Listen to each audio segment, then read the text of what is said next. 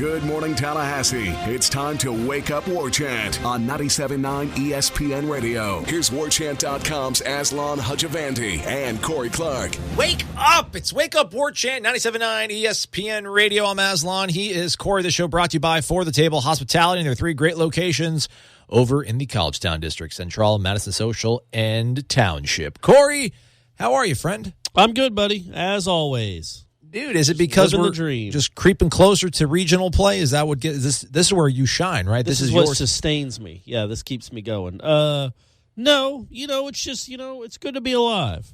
We had some, decent weather on Wednesday. Not great, still overcast, but the sun was out. We'll take it. It's warm. We're alive. We're breathing air. We're on this planet. You only live once. In the greatest country in the recorded certainly history. The greatest planet in the solar system. I don't even think you could argue that. So, what do we got to be sad about? Don't count out Mars. Mars is trying to creep up. Nah, Mars ain't got no chance. There ain't no life on Mars. We did it. We found it. We're on the best planet maybe in the universe for all we know, but certainly the best planet in the solar system. I'm trying to think, what are we going to miss out on in 1,000 years from now? Will it be like First Take? Man, the Martian All-Stars ain't got nothing. Right. Against LeBron the 4th. Yeah, I don't maybe know. On the 6th. LeBron the 6th. Don't you think in 1,000 years we'll have somehow contacted somebody from another galaxy? Right? I'm thinking we won't obviously be around, but I think by that time they'll probably figure out a way to manipulate the weather so that Memorial Day weekends in Florida don't get soaked. Yeah, that's a good idea. And maybe nobody dies in 1,000 years. Although nature always finds a way. Even if you come up with a cure for cancer, which, right. God willing, that will happen soon. But even if that does happen, life finds a way to kill things. I want to live forever. Do you want to live forever? Some people don't. I would live forever, but I have to stop getting old. Like, this is it. I'm tired. Right. I don't like where I'm at right now. I don't like not being able to see. My shoulder hurts. Okay. Things start sagging. And, I don't like, I would rather live at forever at 32. Yeah. Well, around your age even. I'd like that, but 42, I like to scoot it on back a few years to at least my mid-30s. I feel like it was more in my prime then. I'm a little bit nervous about 40 just because I remember a friend of mine pointed out, he's like, think about how good you felt when you were 20. I'm like, man, I felt like I was invincible. He's like, and then how you felt when you were 30. I'm like, yeah. Kind of started feeling creaky. I'm like, he's like, think about how you're going to feel when you turn 40. I'm like, dang. Yeah, just playing, throwing pitches to my kid. I feel it for a couple of days. Really? See, that's the thing. Like, I talk to girls like, oh, you're fine. You're a guy. You can wait. You have time. I'm like, no, I don't. Like, I don't want to be the guy that's 52 years old trying to, play catch with his kid for the first time. It's going to hurt the arm, man. Oh, so when you talk to women, you bring up the kid angle right away? Well, no, just, in conversations that I've had. Oh, okay. All right. What, I can't talk about that with them or something? I just thought that would have been, that's a weird first date kind of not conversation. Not a first date question, no. Oh, yeah. All right. Yeah. But you got to, But you have to calm them down. Yeah, guys can't wait longer than women, obviously. But yeah, you'd want to get them where you're still virile enough to, hang out and play games with your kids. Like when he's in high school, I want him to see me be able to put 225 on the bench and get at some reps and be like, oh, cool, it's my dad. Like, that ain't gonna happen with me, and that ship has sailed. Well, yeah. And if you're gonna be 53, why are you putting up 225 on a rep? Because I don't know, man. It's still, man wants to be a man sometimes, Corey. Can't a man just be a man? How many times do you rep 225 now? Twice if I'm lucky. There you go. That's not bad. It's like what Rick Leonard only has a couple. Fourth round draft pick. When do you get drafted? Man, you're right. He did it. Absolutely obscene. Not obscene, but anyhow. So I don't want to talk too much about this because everybody that's been on the station has talked about it for the last 24 hours. Do you have a burner account on Twitter that you use to defend the honor of the Clark name and Wake Up Warchant? No, I should have. I should have thought of that long ago, but I would have been so dumb. I know I would have tweeted out of it at some point, right. thinking I was myself. So no, I should have thought of something like that, but I didn't. And it's really bizarre how people there's no way it can't be him, right? If it's not him, it's a family member. It's like a son or a wife. I don't know if he's married, but it's got to be somebody that he tells all his secrets to, and then that person started an account.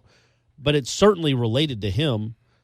I mean, how do you the Philadelphia 76ers GM, how do you get to that position? GM, president. President, yeah. How do you get to that position? Both, I think, actually. Do such stupid things? Because we have egos. What was even the point of it? Did he make any difference? It was pointless. It wasn't like he was running the a popular account that had a bunch of followers. He had like 500 followers. Yeah. Nobody cared about it. I don't understand the point. Tweeting at Dwayne Wade about seeing him in China, being rude to a kid. Like who? It's baffling sometimes how dumb people are. Even smart people, how they can do such dumb things. I think Kevin Durant's a pretty smart dude. Yeah.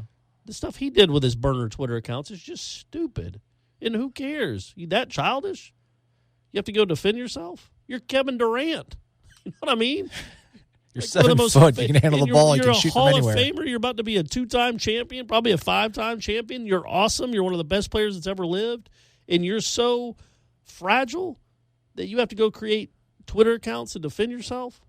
So it's not as bad that I have two that I use to fight the people on YouTube, right? You need them. You definitely need them. You need to go in there and fight the good fight, for sure. Just checking. But, yeah, the people like Durant or the president of the 76ers or Willie Taggart, I mean, it would just be ridiculous if he had a burner account. I think he has accounts. I think all these coaches have Twitter accounts that like are dummy anonymous. accounts or something. We need to come with another name. Where they can a shadow account, and they can track what their players are doing without it being Willie Taggart, or even go back and forth with them a little bit to see how they respond to things. But no, they don't do that. I don't think they do. I think some of them probably do, but I think they all monitor what their guys are doing.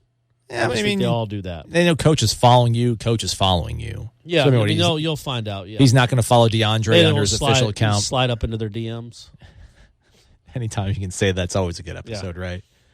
Yeah, it's bizarre that things have come to that point where you have. It's a weird time to be alive. It's still a great time to be alive, but it's a weird. They were like the 3 seed in the East. He's only been there for 2 years, I think. Colangelo, maybe 2 or 3 seasons. Like, just you're doing okay. You don't need to mortgage your future to defend yourself against people on the internet, but I don't know. I mean, people have thin skins. Do you feel any more emancipated or able to be yourself now that you work with Warchant as opposed to having worked for the Democrat? No, I'm still representing an entity, so it's not like, and I don't ever really get political on Twitter, but if I did, I wouldn't. Yeah. Because I'm still representing an entity, a media entity. Brand. I still have a boss. I do have there's a brand. So I would never get political on Twitter, except to make jokes, maybe, and even then I don't. And by the way, I don't think school shootings is political. Again, real quick, everybody in this country should be doing everything we can to keep guns out of totally political, homicidal maniac people that want to harm people. That's all. Everybody should be doing everything that we can to keep people safe.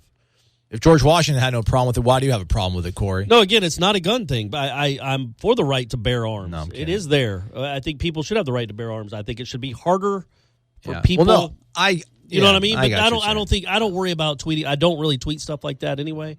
But by and large, no. I'm kind of who I am. People know I'm kind of goofy. I don't really, I'm don't take anything seriously except being a dad. Not that seriously. Yeah, except being, and even that, not too seriously.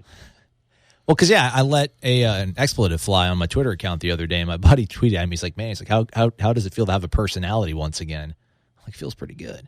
Because when I was on TV, you had to kind of tone it down. I couldn't ever say anything that was even really remotely controversial, but now I just kind of feel I think I cussed, and I'll be honest, I'd been drinking a little bit, but I think I cussed once that I wouldn't have done it if I was still at the Democrat. I guess there's some freedom, but when... Sorry, Gene. We love you and respect you. When Michigan beat Florida State in the Elite Eight game, and I think I said something like, and to think who'd they lose to? All SMU had to do, or Houston, whoever. Right, all SMU had to do was cover the effing inbounder.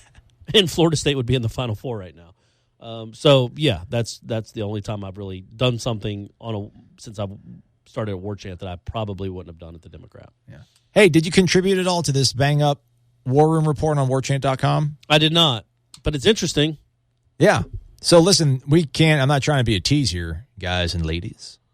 But I mean, what's said in the War Room, it literally says on there, what is said in the War Room stays in the War Room. So even though... Well, except that we did talk about it on headlines. Why would you do that? That was Ira. Ira did it. That's not even a Warchant branded program. It's Ira, man. Pull him in, rein him in, man. So we can talk about it a little bit since Ira did it already. Ira already dropped the cat out of the bag. No, I'm not doing it. I'm not having that blood on my hands. Oh, well then. If Ira wants to sleep, if Ira can sleep at night, Ira can sleep at night. But I have something called a conscience, and I can't. Right. Understood. So, guys, if you want to know what's in the War Room report, obviously either subscribe to Warchant or just go to iTunes and click on Seminole Headlines, because I think we talked about it in the second hour.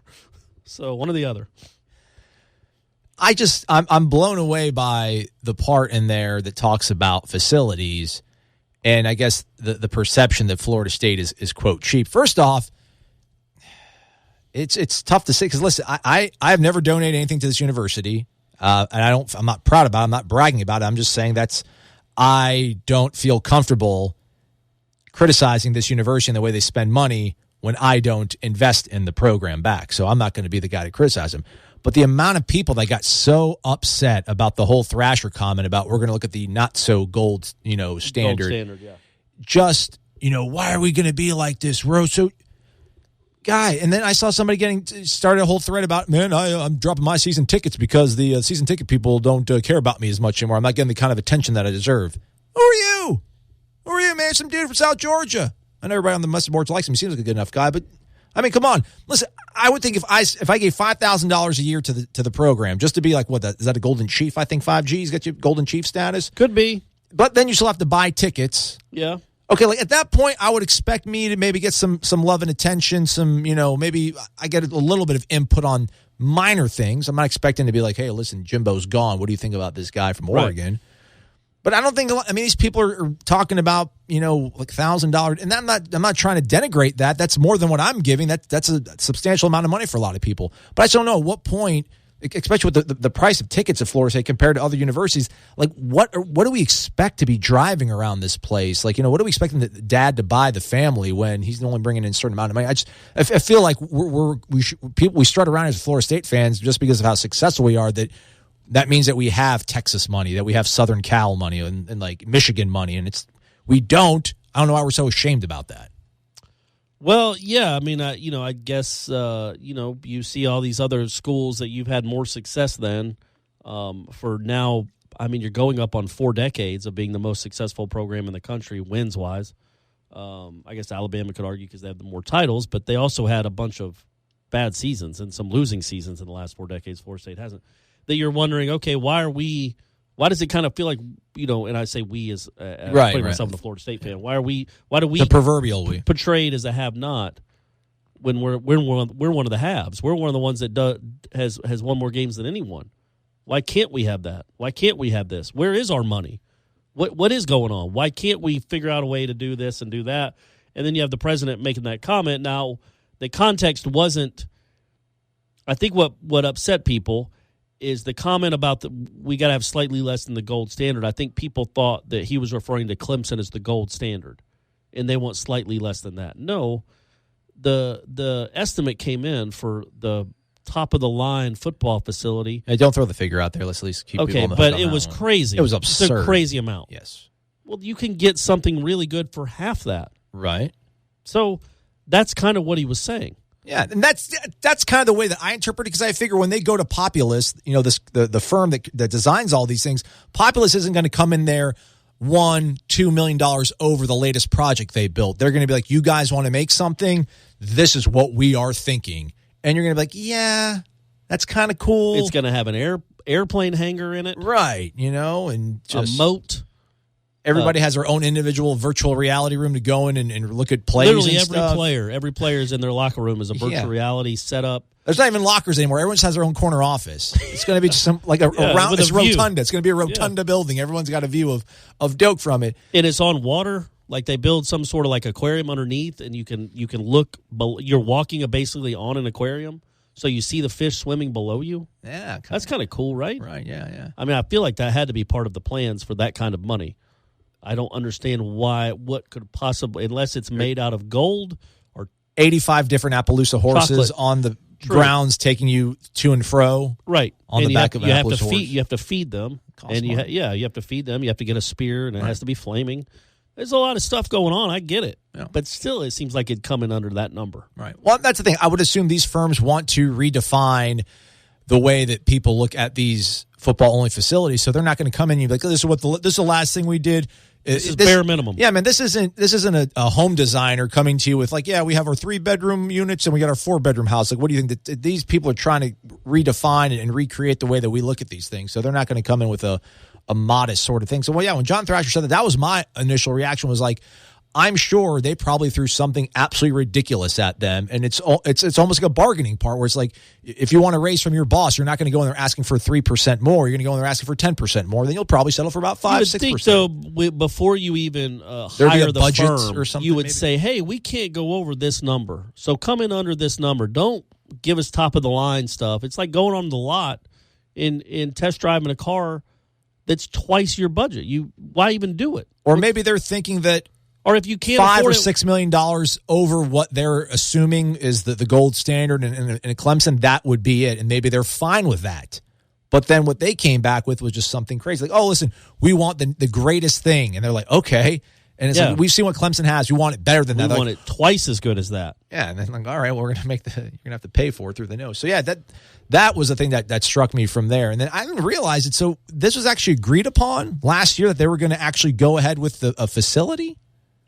Because it says it's been the waiting game. I feel like this hasn't been anything really firmly stated until, I don't know, like during the season when all the rumors started picking up that Jimbo was going to leave, and it was because he wanted football and facilities. Like, I remember I wrote about it last August, maybe late August, early September, when Jimbo brought it up at the Tallahassee Quarterback Club, or the Tallahassee Touchdown. I think it's the Quarterback Club.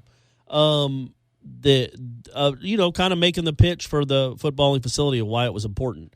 And so I wrote about it then, and that was 10 months ago. So it seemed like it was full steam ahead then. So, I think it's been in the works at least that long. We've all known they're going to get one. Yeah, they're going to get one. Everybody, and it's going to look great, I'm sure. Yeah, just got to figure out where it is, and you got to give. Florida's just now getting to one. Florida has more money than Florida State. They're just now getting to one. It's not easy to put something like this together when you have a kind of campus that doesn't have a ton of room. Clemson, anybody that listens to this that's been to Clemson, you know what I'm talking about. It is just rolling hills forever. It is nothing but pasture. They have, if you see where that football facility is set up, next to it is 20 miles of farmland and then a lake. It's just in the nature. It's in nature.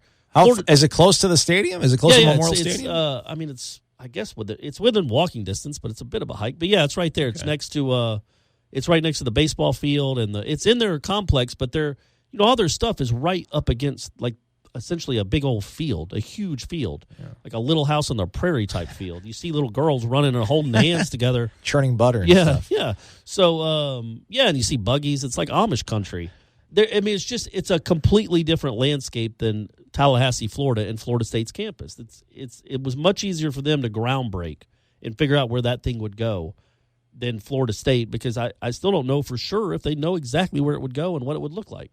I'm sure they're probably waiting back on the renderings too, and then figure out how much land they need for it. And it is the Tallahassee Quarterback Club, by the way. Nailed it. Boom. Nailed it. There you go. All right, we're going to step aside. It's a Thursday, which means Renegade Express. Yeah, we're going to try to keep it at Thursday, give it a home. Everybody deserves a home. So does your questions and comments. We'll start rattling all that off. Coming up next on Wake Up Warchant 97.9 ESPN Radio.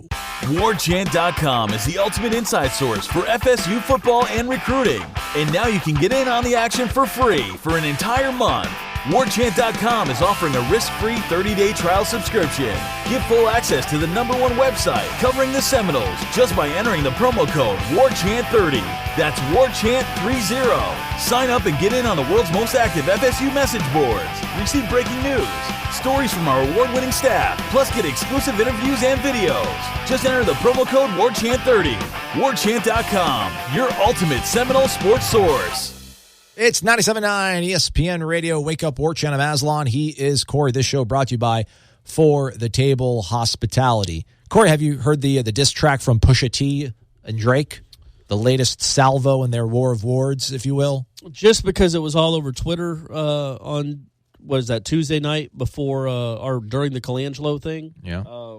I did listen to it. Really? I haven't even listened to it. I don't really understand any of the references. I guess I had to read up a Cliff's Notes version of what he was even accusing Drake of, and I've never heard of that guy in my life. You never heard of Drake or Pusha T? Come on, man. Of course I've heard of Drake. Okay, Pusha T, checking. I've never heard of Pusha T. I think he's half of the band, or I don't know if you call him a band, but the outfit, the Clips. Remember they made that song Grinding? Yeah, Maybe I'll play Grinding next break. Or play this diss track.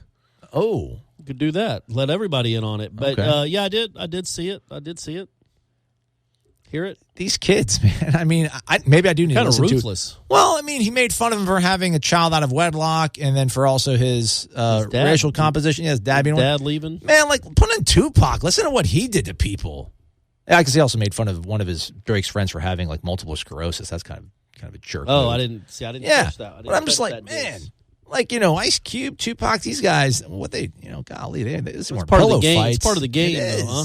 It is. You don't really have that in rock music. I mean, there was Leonard Skinner singing about Neil Young. Yeah. I hope Neil Young will remember. That's about it, man. What did they say? I hope Neil Young will remember. A Southern Man don't need him around anyhow, because he had written, Neil Young wrote a song called Southern Man, which was a hit, which kind of just denigrated the South. And so Leonard Skinner, that was their clapback. Trying to think, like to say. What is the best white rap song ever? Eminem, Lose Yourself, R.E.M., End of the World as We Know It, or Billy Joel, We Didn't Start the Fire? Well, it's certainly not the last one. I heard that on the way in today. So, like, how would that be calling that a rap song? It's just him talking real fast. Is that what rap is? I mean, yeah, someone should cover that. Drake should cover "We Didn't Start the Fire." Yeah, or it's in the world. Yeah. That's a good jam. I would vote that one, but I don't really know if that. Even though I guess he's kind of pseudo rapping. I never know. He said Ole Miss until I heard it this last time. Billy Joel says Ole Miss in "We Didn't Start the Fire." Something about Beatlemania. Oh, about Ole the Miss, integration, Glenn. I guess. Oh yeah, James Meredith. Yeah, having to go to when you got to go to school with U.S. Marshals so you don't get killed. Yeah, that was a good time of our history. But by the way, folks, there's a documentary on Netflix about Bobby Kennedy. It's actually really interesting and really good. Mr. I don't get political, telling people about political documentaries. Go on. Well, it's just about his life and his death, and his time from basically when his brother took office to when he was assassinated in '68. So an 8-year span. It's just really interesting. I enjoyed it. If you want a recommendation for something to watch this summer, documentary on Bobby Kennedy is a good place to start. Hey, sizing things up before we sit down and talk to the baseball team later today. What do you feel right now? I know we're gonna keep talking about it for the next 2 shows here. What are your thoughts right now of Florida State baseball? Are we doing the Renegade Express today? Yeah. Oh, I wasn't saying, hey, quit talking to me. I just couldn't remember if we were doing that today or not. Yeah, I think with the Memorial Day weekend, though, it was not as robust of That's a all right. contribution. I talked to a couple of them. I talked to Meat yesterday, and he wasn't all that fired up about having to play Sanford. Said Sanford actually has some real arms. He's like, it was funny. He's like, when do we get like a Central Connecticut State? Why don't we ever get one of those as a 4 seed? We always get guys that can. We always get Georgia Southern or Sanford. Yeah, they never get like the SWAC or the MEAC team. Well, even then they got the one time they did get. I think it was Savannah State. They had a guy was, but they like had a guy that 90s. could throw. Yeah. Like they had a guy that was going to be a top 2 or 3. Now he was terrible and he was knocked out in the 3rd inning, but that was a challenge. They never get like a LIU Brooklyn. Yeah. They just don't. It's going to be it's a challenging regional. They all are. They're supposed to be. But they're favored for a reason. They're going to pitch probably Cole Sands on Friday. Okay. And then Parrish on Saturday. But Sanford's got some guys that can hit. They always do. They always hit a ton of home runs. They're always one of the nation's leader in home runs because they have a small park. So Cole Sands gives up home runs. So if he can keep them from putting the bat on the ball, you like your chances with a guy that's throwing mid-90s because they probably haven't seen a lot of mid-90s in their conference. Then again, they get a hold of a couple after he walks one or gives up an infield single.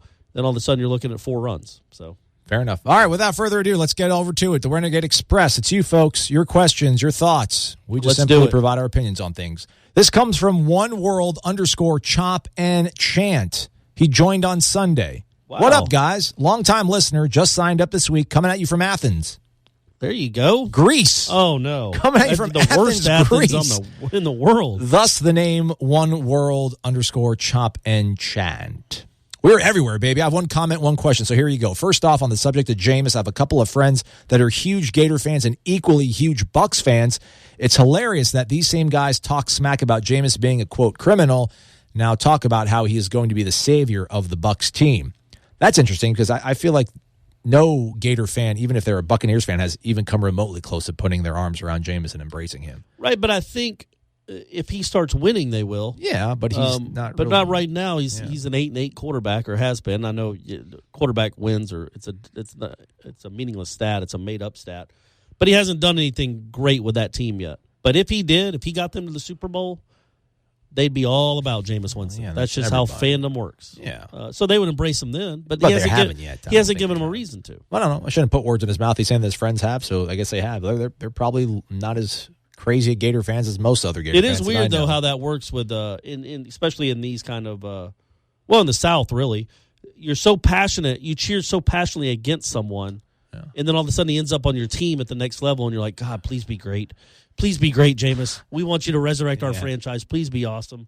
Like if a Georgia fan, if there was some great defensive end at Georgia Tech that you couldn't stand, and all of a sudden and it's different with Jameis because he was so polarizing, but it's like then all of a sudden you're cheering for I'm sure Jeff Cameron had to cheer for Riddell Anthony, Ernest Graham, and all those guys, So I guess that's just part of the deal when you're a Buccaneer fan and a college football fan. Yeah. His question, I know and understand the importance of the quarterback position, but I was wondering, with Taggart's love of the running game, given the offensive line gets going strong, is there any defense other than Clemson that is strong enough to stop this running game consistently, considering the depth we have at running back? Thanks, guys. You're doing a great job. Thanks for chiming in Greece. Yeah. That's something. I mean, I wonder what time I feel bad for him that he's in the other Athens, not the Athens that most people recognize as the Athens. But I'm not even going to try to guess what time it is over there because we're taping it and it's a whole other time zone. But I totally goofed the other day saying that today would be 94 days from kickoff. Now it's 95 days, I think. Oh, Bjorn Werner then. Yeah, we'll get to Wolverine tomorrow. Wolverine.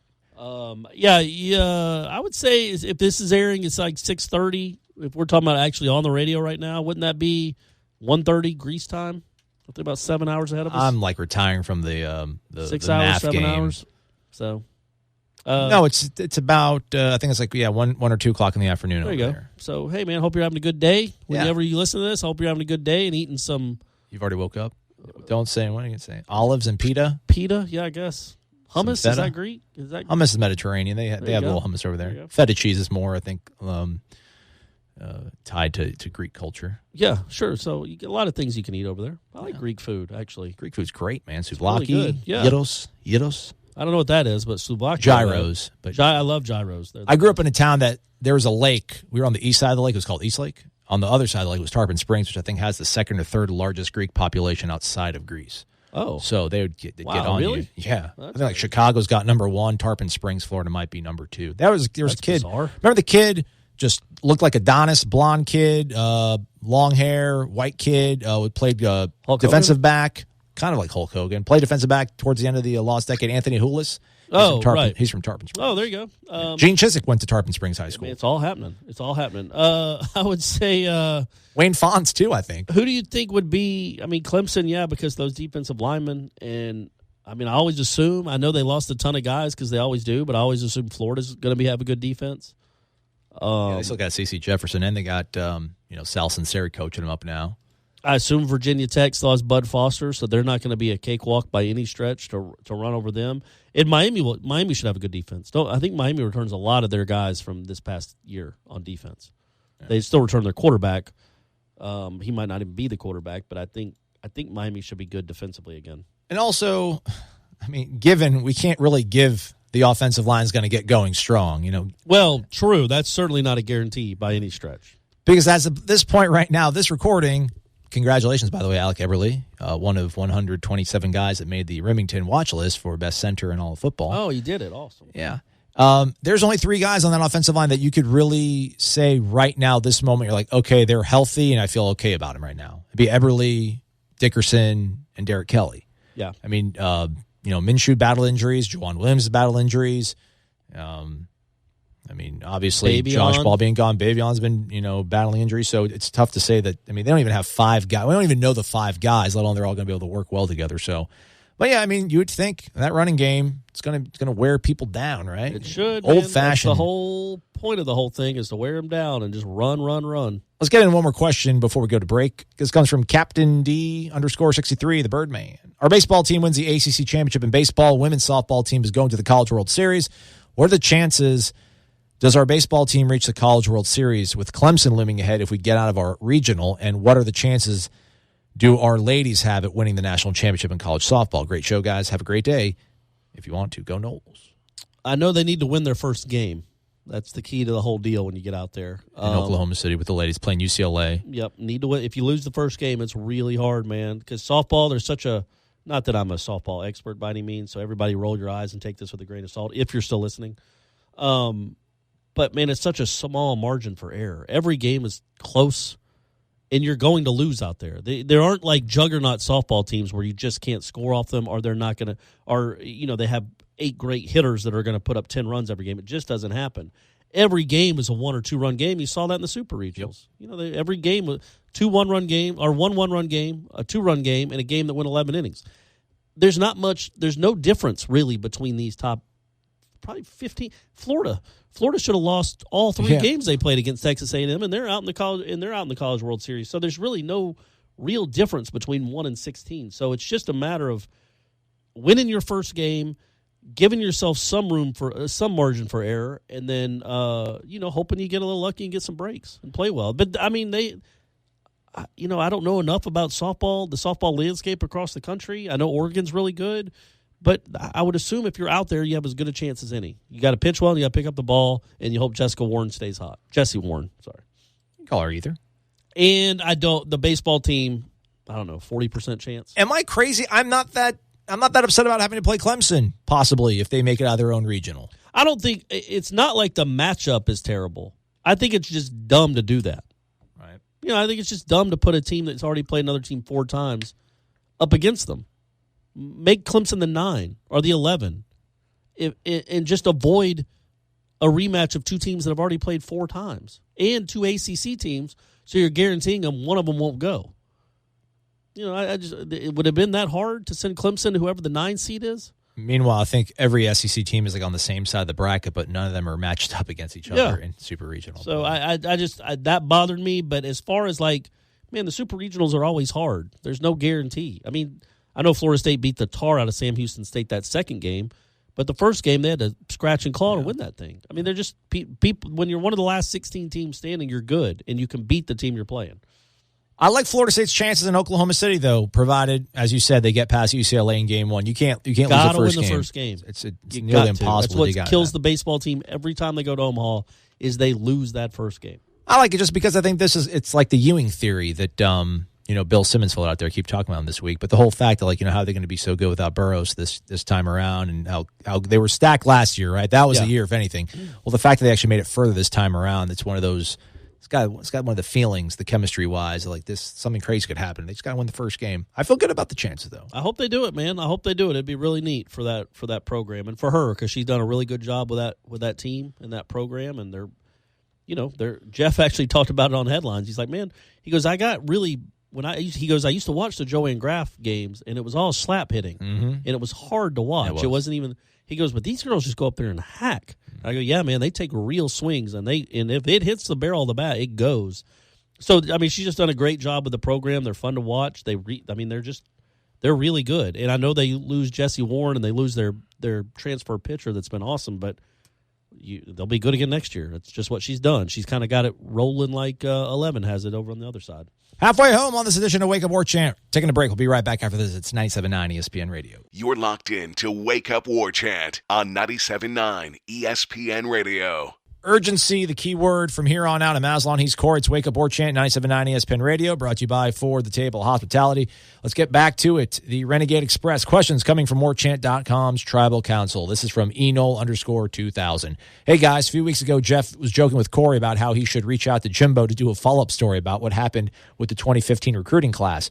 It got me to thinking, has Corey or Ira either ever thought about reaching out to Burt Reed to do a follow-up piece so that Burt can explain how they ran that drop pass drill in practice, or drop the pass drill in practice? I mean, he executed so flawlessly in those final moments against Virginia in 2011 that I almost excused Jimbo's ridiculous comment in the post-game presser. For those who may not remember, he said Reed was coached to drop the pass. If only Hopkins had split the uprights, what could have been. Burt would have been a hero. So, yeah, the scenario was the referees ruled that he caught it but didn't get out of bounds, and the clock ran out because it wasn't a first down. Right. And that's when Jimbo dropped to his knees like in Shawshank. And then afterwards, when Jimbo was asked about it, he said, well, we coach them if they know they can't get out of bounds to drop it, to intentionally drop it. So he acted like Burt had done it intentionally. and he was upset with him. That's why he threw his hands to this guy. Like, why did you catch it? You knew you couldn't get out of bounds. I would hope my football coach isn't practicing dropping passes in a game, in practice each week. So anyway, that's what that relates to. But Burt Reed did do it perfectly, and then they ended up getting a pretty short field, like a 40-something yard field goal attempt that Hopkins just bricked. That would have won the game. Yeah. So yeah, but we made fun of that. We still make fun of it even 7 years later. But we certainly made fun of it that week when he said that that Burt Reed was coached to drop that pass. Heisman with a Z 20, a.k.a. Because Burt was scrambling like he was trying to catch it. Okay. So that's all I'm saying. Did he catch it? No, he was ruled to catch it, and then they went back and reviewed it, and it hit the ground, so it didn't count. So time was put back on the clock, and then they got the field goal attempt off. So was Jimbo not in the right there and wanting him to drop? I'm sorry, I don't even remember this game all that much. I was in Montana at this point in my life. It was a dumb play call to have a quarterback throw a pass to someone that didn't get out of bounds. Then the game was over. And it wasn't enough for a first down. Obviously. It was not enough for the first down. The clock didn't stop. They couldn't rush up to the field in time, and the game was over. So he should have dropped it. Of course he should have. No, they shouldn't have ever thrown it. But the fact that he did throw it. But he wasn't he wasn't trying to drop it. He just happened to go through his hands, and he dropped it. That was what we always made fun of. Well, then why did Jimbo drop to his knees in anguish? Because the game was over. The clock hit 0 and they had lost, and he was like, "Oh, what just happened?" Like that. I mean, he didn't. I don't think he raised his hands to this guy like Shawshank, like Andy Dufresne. Yeah, I don't think he did that, but he did drop to his knees, and then it was ruled that he had in fact, dropped the ball. So there was an incomplete pass, so the clock stopped, and they got to attempt the field goal.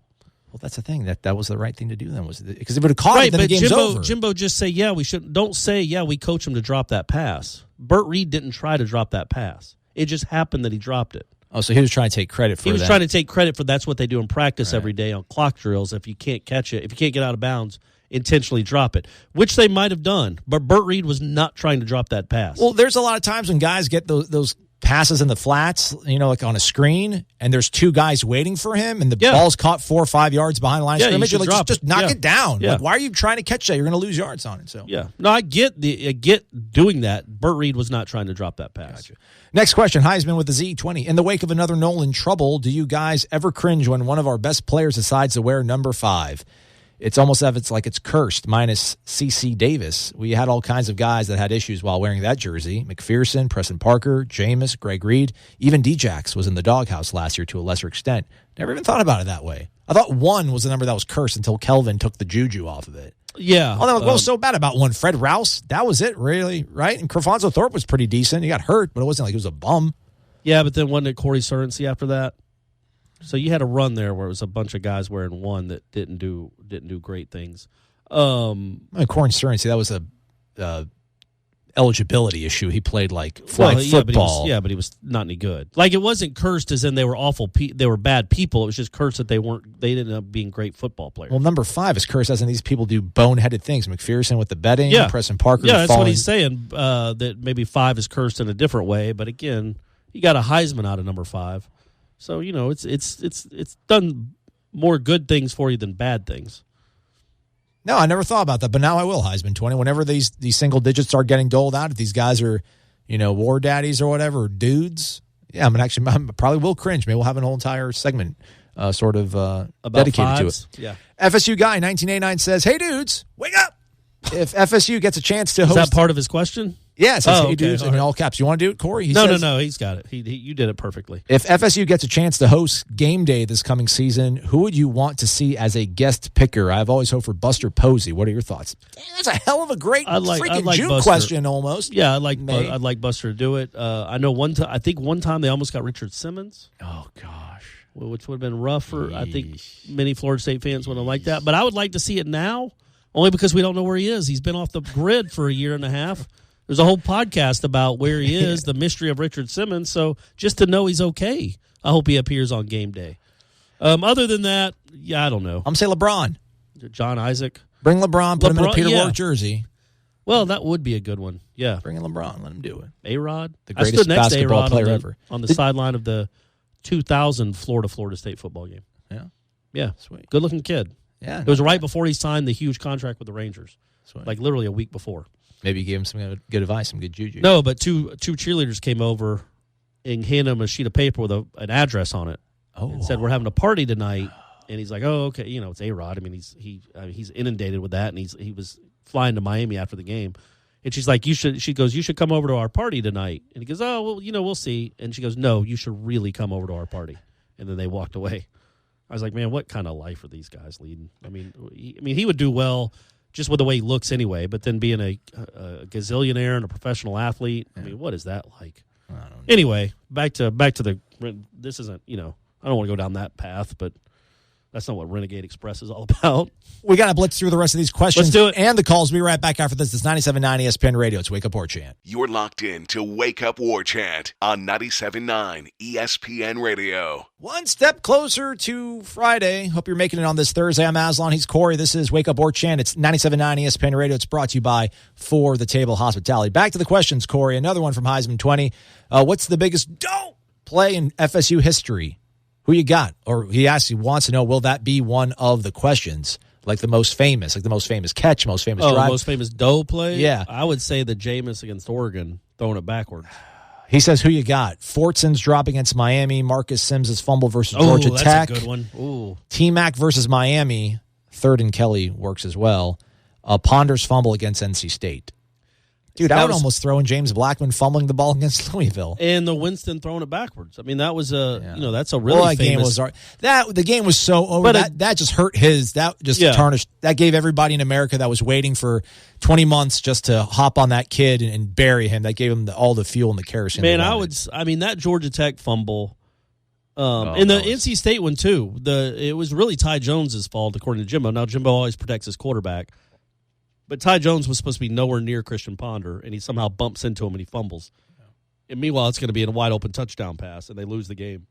And Marcus Sims' fumble was brutal. Oh, mainly because, it was brutal because Georgia Tech knew they were about to lose. And then also Jermaine Thomas had gotten them all the way down the field, and then he asked to come out when they get to the 3, and I get it. He was gassed. But then Marcus Sims gets the ball once and fumbles it in the end zone, and that's the game. Like, it wasn't like Marcus Sims had gotten him all the way down the field and fumbled on his 8th carry. So, man, that one, probably that one. The NC State one is a close one. When I think Doe, though, I'm thinking like Homer and just doing something really dumb that it looks dumb, and that would have been the Jameis one. Just oh, God, like slipping on a banana peel almost. Right. That was just a goofy play. Like a blooper. Let's go to the phone lines. Here we go. Oh, all right. Hey, this is John in Greenville, South Carolina. I had a question for you guys. Have you ever off the air discussed how big of a deal it would be if Taggart does win a national championship at Florida State, being the first African-American national championship winner? I think it could be huge and have a lasting impact on the school. Just curious if you guys have talked about that off the air. Actually, I've spoke about it on the air twice. I was going to say, I don't know that I don't think we have talked about it off the air, but I'm surprised we haven't talked about it on the air. I have with Ira, and it's been so awkward and clumsy that I went ahead and deleted it from the show. Well, that's the thing, especially with two white guys talking about race is always. It's just it can be a storm. It's stormy. It's scary. But I will say this: there's no way that's not something that's being sold on the recruiting trail. It just isn't. I don't know. No, that's something he wants to do, and he said that at Oregon, that what he wants to do is to be the first African American to win a national championship. So you're not, the majority of the kids that he's recruiting are African Americans, and he can say to them, "You can go win for Nick Saban and give him his 7th, or you can help me make history and be the first African American head coach to win a national championship." I think that's something that's sold. I'm not saying it's the first thing that comes out of their mouth, but I think that's something that can be appealing to kids too, is to help an African American become the first. I mean, it's crazy that it hasn't happened. Not really when you think about how the dearth. No, I mean that's what I mean. The crazy part of it is that. So he is now the best candidate to do it. So I think that's something that it might resonate with 17. If it doesn't resonate with the kids, it might resonate with the dads and the moms of those kids. Like, you know what? I do want my son to be a part of history. I think it's a factor. It's probably not a huge factor when it comes to recruiting, but I think it's a factor. And I do think it would be I don't know if it'd be a big deal for the university. I just think it would be a big deal for, Willie Taggart and for African American coaches. Put it for sure. I mean, this is something that we need to take a lot of time to talk about. We don't have it today. I would say I think the Do a instant town pop, hall on it. the instant pop from it would be huge because I think you'd have guys that were on NFL Live on ESPN talking about it and how cool that is. They would have huge ramifications in terms of what it means to African American people. And I'm not going to try to put myself in that experience at all, but it would be a big deal. It's again, it's stormy things to talk about. It's choppy waters that I don't want to quite delve into. But I don't know how much of it. It's like, listen, I want to do something special here, and I know you could help me. Be the first. I don't know how much of that's being talked about in living rooms, but it could be. I think it's something you sell to the parents for sure. If it happens, though, I'm sure there's a lot of families that will know Florida State because of that, and will be more receptive to listening to Florida State because. And I also think the fact that they have an African American AD, a black basketball coach, and now the black football. I think they're the only ones in the Power Five, right, that have that combination. Yeah. I mean, again, I don't think that's something that doesn't matter at all when you're on the recruiting trail. Florida State also, I think, is the only team, if I'm not mistaken, in the Power Five that has put teams in a bowl game, the NCAA tournament, and the NCAA baseball tournament, all three of them in back-to-back years this past season. Only team? The only team in the last 2 years that's done that, both. That's crazy. I think that's what I saw. I mean, it makes sense. I mean, yeah. That bowl game that got a little dicey. Yeah. Here's a story real quick. Hey, guys. This is Brian from Tampa, Florida. Actually, a more recent subscriber. I started listening to you guys a couple weeks ago. Absolutely love the show. So I'm re-listening to one of the old episodes that I missed while I was on vacation, and you guys are talking about some of the craziest things that you've seen at a football game. So I just had to mention a fight that I saw at the FSU game. We were at Doak. I want to say it was the 09 game, and basically what happens is and an FSU fan start getting into a fight. The fan gets punched in the face. So as he gets knocked in the face, he falls backwards and starts going down the bleachers. As he's falling, you could see all the FSU fans just punching this guy down the bleachers all the way down. It was ridiculous. Like, he must have gotten hit by like 50 people on the way down. You could clearly see it from the other side. We were in the student section going crazy. It was a wild game. I mean, it was absolutely ridiculous. I just had to tell you guys, because I don't know if anyone else was there and saw it, but it was one that I'll never forget. You guys are doing a great show. Love listening. Can't wait to hear the rest of your content. You guys are just amazing. Keep it going. Go Noles. He was so over the top, nice and generous. It almost sounded like a prank. Right. Like he's being a hipster, like he's being ironic. He's being so nice about this show. Yeah, that kind of sounds like the scene in Airplane. Have you ever seen that where they all line up to hit the woman that's going crazy? Which I don't think would play today. Nope. That scene probably wouldn't and probably shouldn't. But yeah, man, it just not to make light, not to turn it serious about something that obviously was a crazy scene, and who knows what that Miami guy said. But man, I wonder about taking Brady to like big time sporting events because of stuff like that. I just he's 9. I don't want to subject him to that stuff. He can go to the Louisiana Monroe game. I'm not taking him to a Miami game. I don't want to see him. I don't want him yet to see that side of humanity. He's going to see it soon enough, and it'll last the rest of his life. I want him to embrace that innocence just a little bit longer. Yeah, I'll wear orange, and I don't really care. And people are like, well, how can you be a Florida State fan and wear orange? And I could probably date a girl that went to Florida and be like, how could you date a girl that go to Florida? But I'll punch somebody. I'll get in a fight, drop of a hat at a football game, unfortunately. I still have that programming. I probably need to flush it out of my system. That's good. At least you're getting that on the air now. So Well, it'll be good. I'm in the press box. Probably why I got into press then, so I'd be in the press box, so I couldn't fight people. You can fight people Save me in the for press myself. box. I could, actually. You can fight Clemson media. There's a lot of them. They're mouthy. Worst. They're mouthy. They wear orange. They literally wear their school colors all the time. So you can punch them. So, hey, we actually have some other questions to get to, but we're out of time. But we'll get to it tomorrow, though. You want to do that, Corey? Let's do it tomorrow, yeah. Let's do it tomorrow. We'll talk about the baseball matchup as well, and I guess we'll have to recap the softball game. It'll be a long one for us. The night. Do they play tonight? Like 9:30, yeah. Tonight? Play at 9:30. Oh, all right. Well, go get them, ladies. Go Noles! Scalp them. They take on UCLA, 9:30 on The Deuce. He's Corey. I'm Aslan. It's Wake Up Warchant, 97.9 ESPN Radio. Jeff Cameron coming up at 3.